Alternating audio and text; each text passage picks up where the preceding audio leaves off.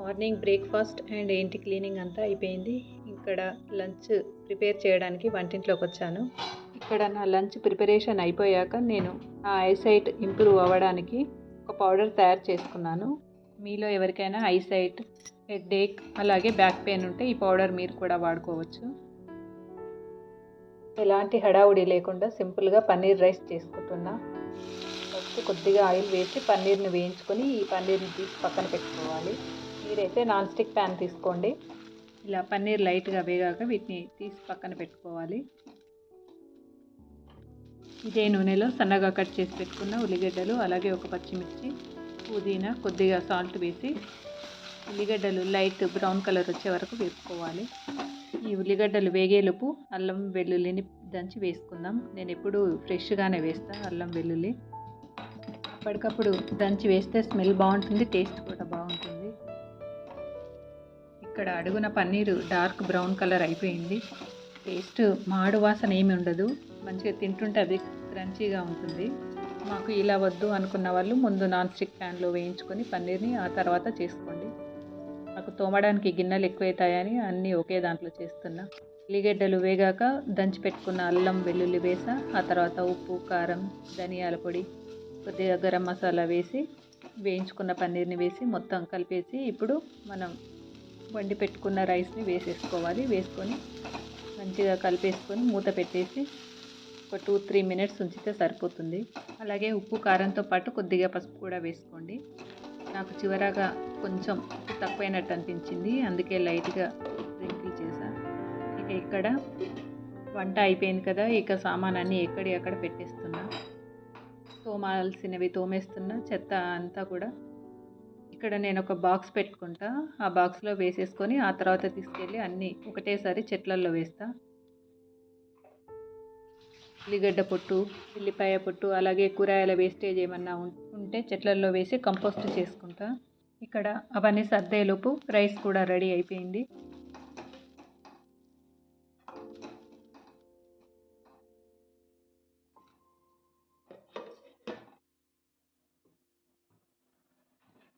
Paneer rice సింపుల్గా చేసినా చాలా బాగుంది. లంచ్ చేసి ఇప్పుడు తిన్న గిన్నెలు, అలాగే వండిన గిన్నెలన్నీ తోమేస్తున్నా. గిన్నెలు ఎప్పటికప్పుడు తోముకోవడం నాకు అలవాటు. ఎప్పటికప్పుడు గిన్నెలు క్లీన్ చేసుకుంటే సింక్ నీట్గా ఉంటుంది, అలాగే వంటిల్లు కూడా నీట్గా కనిపిస్తుంది.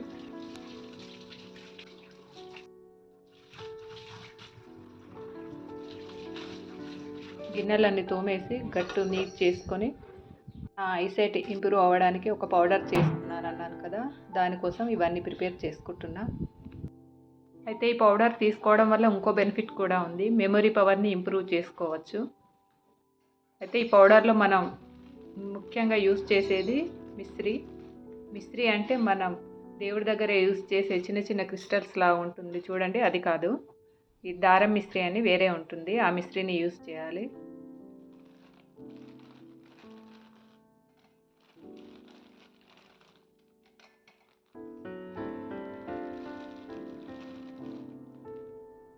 దారం మిశ్రీ అంటే మధ్యలో ఇలా దారం ఉంటుంది, మధ్యలో ఇలా దారం లేనివి కూడా అమ్ముతారు మిశ్రీ అని చెప్పి, కానీ ఇలా దారం ఉన్నదైతే బెటర్. మిశ్రీని డైరెక్ట్ మిక్సీలో వేసి పౌడర్ చేయకుండా ఫస్ట్ దీన్ని రోట్లో వేసి దంచుకుందాం. దంచుకొని దాంట్లో మధ్యలో ఉన్న దారాన్ని తీసి ఆ తర్వాత మిక్సీలో వేసి ఫైన్ పౌడర్ లాగా చేసుకోవాలి. దానికోసం నేను ఇక్కడ రోలు, అలాగే మిక్సీలో వేయడానికి మిక్సీ జార్ తీసుకున్నా.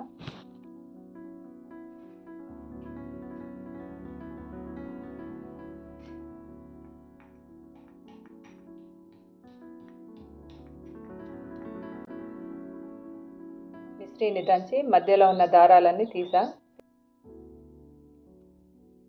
మనకి ఇంక ఈ రోల్తో పని అయిపోయింది. మళ్ళీ దీన్ని దాని ప్లేస్లో దాన్ని పెట్టేసా. ఇక మిశ్రీని ఫైన్ పౌడర్ చేయాలి. ఈ పౌడర్ని పిల్లల నుండి పెద్దవాళ్ళ వరకు ఎవరైనా యూజ్ చేయొచ్చు, ఒక షుగర్ పేషెంట్స్ తప్ప. 5 ఇయర్స్ ఎబవ్ ఉన్న పిల్లలు నుంచి 100 ఇయర్స్ వాళ్ళ వరకు యూజ్ చేయొచ్చు. మిశ్రీ అనేది ఇలా మెత్తని పౌడర్ లాగా అయిపోవాలి. మిశ్రీతో పాటు దీంట్లో బాదాం, సోంపు, అలాగే తెల్ల మిరియాలు ఇవి కావాలి. బాదాం మీకు దొరికితే ఆమ్రా బాదాం తీసుకోండి. బాదాన్ని మంచిగా కడిగేసి ఎండలో బాగా తడి లేకుండా ఆరబెట్టుకోండి. మిశ్రీ కొంచెం పాతది ఉంటే పాతది కూడా వేస్తున్నా. మనకి మిశ్రీ పౌడర్ ఇదంతా పట్టదు, 1 కప్ అయితే సరిపోతుంది. మిగిలిన పౌడర్ని మళ్ళీ ఈ పౌడర్ని తయారు చేసుకున్నప్పుడు యూస్ చేసుకోవచ్చు. పాతది 1/2 కప్ ఉంది కదా, ఇంకా మిగిలింది కూడా కొత్తది దాంతో ఫిల్ చేస్తున్నా. 1 కప్పు మిశ్రీ పౌడర్ తీసుకోవాలి, 1 కప్పు బాదాం తీసుకోవాలి, 1/8 టీ స్పూన్ పసుపు, 1/4 టీ స్పూన్ తెల్ల మిరియాలు తీసుకోవాలి.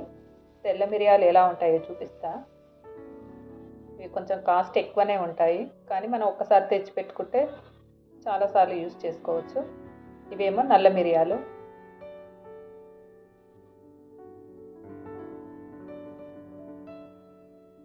తెల్ల మిరియాలు 1/4 టీ స్పూన్ వేస్తున్నా. సోంపు 1/2 కప్ సరిపోతుంది.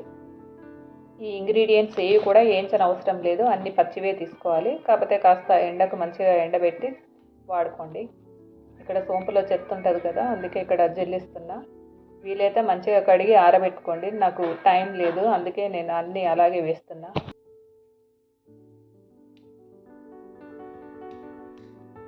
వీటన్నిటిని మిక్సీలో వేసి పౌడర్ చేసా. కొంచెం సోంపు కాస్త పలుకుల్లాగే ఉంటుంది, మనం తింటుంటే అక్కడక్కడ పంట కింద వస్తుంది, అయినా కూడా పర్వాలేదు. ఈ పౌడర్ని ఎలా వాడాలంటే, మనం నైట్ పడుకునే ముందు గోరువెచ్చటి పాలల్లో కలుపుకొని తాగొచ్చు, లేదా గోరువెచ్చటి నీళ్ళతో తాగొచ్చు. ఇక్కడ 4 రకాల స్పూన్స్ ఉన్నాయి కదా, చివరగా చిన్న స్పూన్ ఉంది కదా, ఆ చిన్న స్పూన్ కాకుండా దానికంటే కాస్త పెద్ద స్పూన్ తోటి, పెద్దవాళ్ళైతే 2 స్పూన్స్ తీసుకోవాలి, చిన్నవాళ్ళైతే 1 స్పూన్ అయితే సరిపోతుంది. ఈ పౌడర్ని ఒక గిన్నెలో వేసుకొని కొంచెం కొంచెం తింటూ గోరెచ్చటి పాలైనా తాగొచ్చు, లేదా గోరెచ్చటి నీళ్ళైనా తాగొచ్చు. అలా కూడా దీన్ని యూస్ చేసుకోవచ్చు. తడి తగలకుండా ఒక ఎయిర్ టైట్ డబ్బాలో పెట్టేసుకుంటే 3 మంత్స్ వరకు కూడా ఇది స్టోర్ ఉంటుంది. బాడీ వీక్నెస్ ఉంటే కూడా ఈ పౌడర్ని డైలీ యూస్ చేయడం వల్ల మనకి బాడీ వీక్నెస్ కూడా పోతుంది. మళ్ళీ గట్టంతా క్లీన్ చేసుకొని ఎక్కడున్న వస్తువులు అక్కడే పెట్టేసా. బట్టలు పిండిన బట్టలన్నీ బయటే ఉన్నాయి, బయట నుంచి బట్టలన్నీ తీసుకొచ్చా. మాకు వంటింటి వెనక సైడ్ ఉంటుంది బట్టలు ఆరేసుకోవడానికి. మా ఇంట్లో ఈరోజు బ్రహ్మకమలం పూసింది. నిన్న నైట్ చూసినప్పుడు అది మొగ్గలాగే ఉంది. మార్నింగ్ 7:30, 8 ఆ టైంకి చూసినప్పుడు పెటల్స్ చిన్నగా ఓపెన్ అయ్యాయి.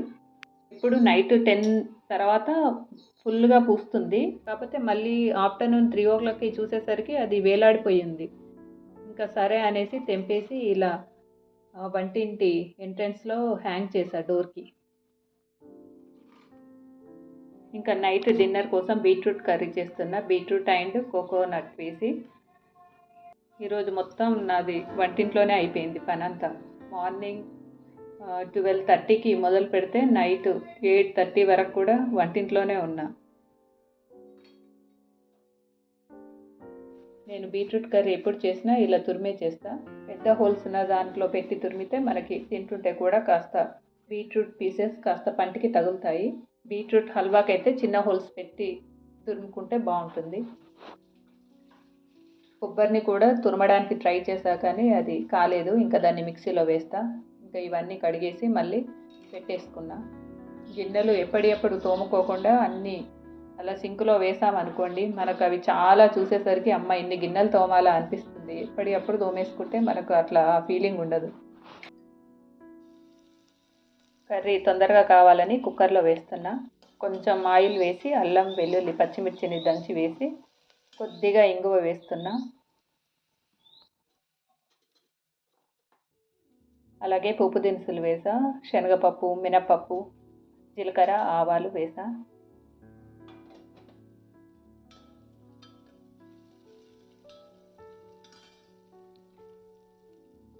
ఇంకా ఇప్పుడు సన్నగా కట్ చేసి పెట్టుకున్న ఉల్లిపాయలు,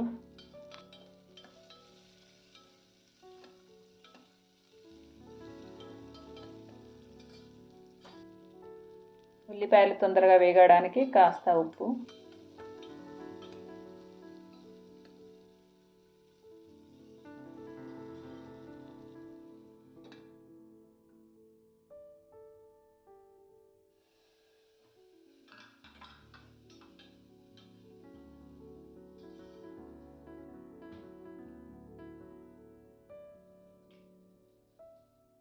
ఉల్లిగడ్డలు వేగాక పసుపు, కారం, ధనియాల పొడి, గరం మసాలా ఇవన్నీ వేసుకోవాలి.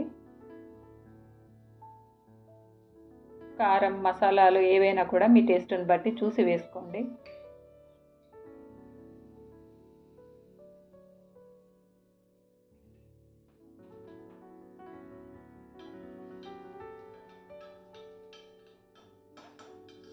బీట్రూట్ కర్రీలో బీట్రూట్ ఉండాలి కదా, ఇంకా బీట్రూట్ తురుము వేస్తున్నా. బీట్రూట్ వేసాక మళ్ళీ ఒకసారి అంతా మిక్స్ చేసుకోవాలి.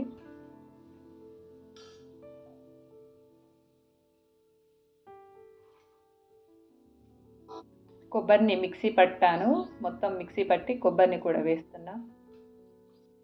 బీట్రూట్ కర్రీలో కొబ్బరి బాగుంటుంది, ఇది పచ్చి కొబ్బరి, మీరు ఒకసారి వేసి చూడండి.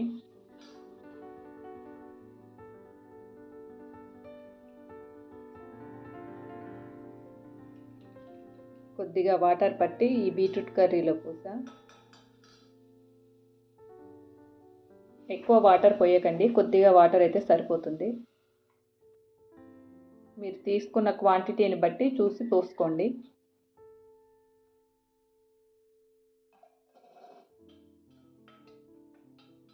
ఒకసారి కలిపేసి ఏమైనా ఉప్పు, కారం ఏమైనా తక్కువ ఉన్నాయేమో చూసుకోండి. నాకైతే అన్నీ కరెక్ట్గా సరిపోయాయి. ఇంకా మూత పెట్టేసి ఒక 2 విజిల్స్ అయితే సరిపోతుంది, ఎక్కువగా పెట్టకండి. ఇప్పుడు వంటకు యూజ్ చేసిన గిన్నెలు, అలాగే టీ గిన్నె, మా హస్బెండ్ ఇప్పుడే వచ్చారు.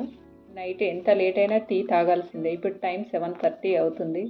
ఆ గిన్నెలు అన్నీ తోమేసి అన్నీ సదిరి పెట్టేస్తున్నాయి. ఇంకా చపాతీ చేయాలి.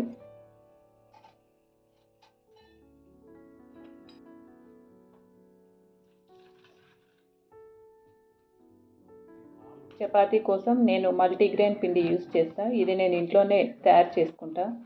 ఇందులో నేను గోధుమలు, శనగలు, రాగులు, సజ్జలు, జొన్నలు, కొద్దిగా సోయాబీన్స్ ఇవన్నీ వేసి నేనే పట్టించుకుంటా. పిండిని మరాడించాక మళ్ళీ దీన్ని నేను జల్లించాను, అలాగే యూజ్ చేస్తా. అయితే ఈ పిండిలో కాస్త నేను ఎప్పుడు కూడా పెరుగు వేసి కలుపుతా. పెరుగు కొంచెం వేసి ఆ తర్వాత మొత్తం నీళ్ళతోటే తడిపేస్తా. ఇంకా ఈ పిండిని మీరు 2 అవర్స్ 3 అవర్స్ ముందు కలుపుకొని నానబెట్టుకొని చేసుకుంటే ఇంకా మంచిది. ఈ పిండి పొట్టుతో ఉంటుంది కదా, పెరుగు వేస్తే మనకు ఆ పులిసి B12 అనేది వస్తుందంట మన బాడీకి.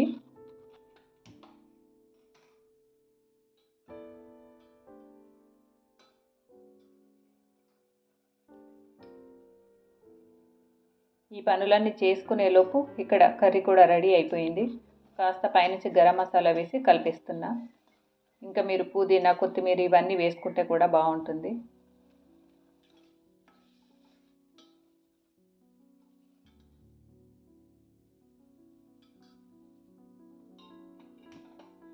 ఇక చపాతీ కూడా చేయడానికి పెంక రెడీగా పెట్టా.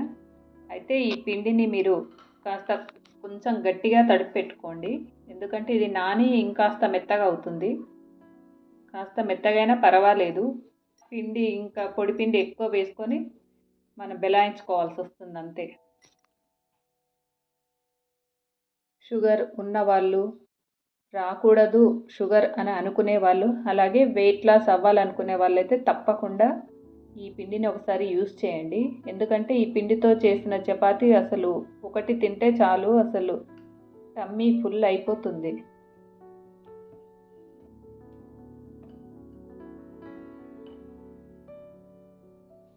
ఫస్ట్ అయితే నా కోసం 2 చపాతీలు చేసుకుంటున్నా. చపాతీలు పెంకకు అంటుకోకుండా ఉండాలంటే ఇలా ఫస్ట్ కొంచెం పొడిపిండి వేసుకోండి.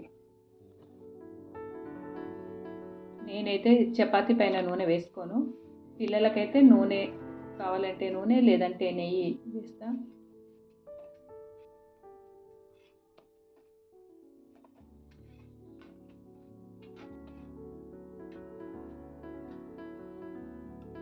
చపాతీ కూడా రెడీ అయిపోయింది. Chapati and beetroot curry super combination.